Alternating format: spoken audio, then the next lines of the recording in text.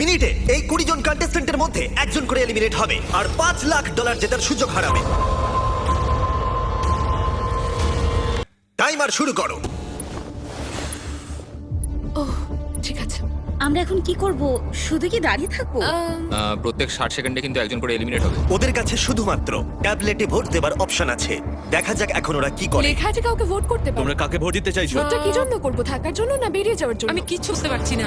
আমরা কাকে ভোট দেব? কিছুই বুঝতে পারছি না। আমাদের সবার নম্বর ট্যাবলেটে আছে। আর 10 সেকেন্ড পরে একজন এলিমিনেট হবে। কি করব?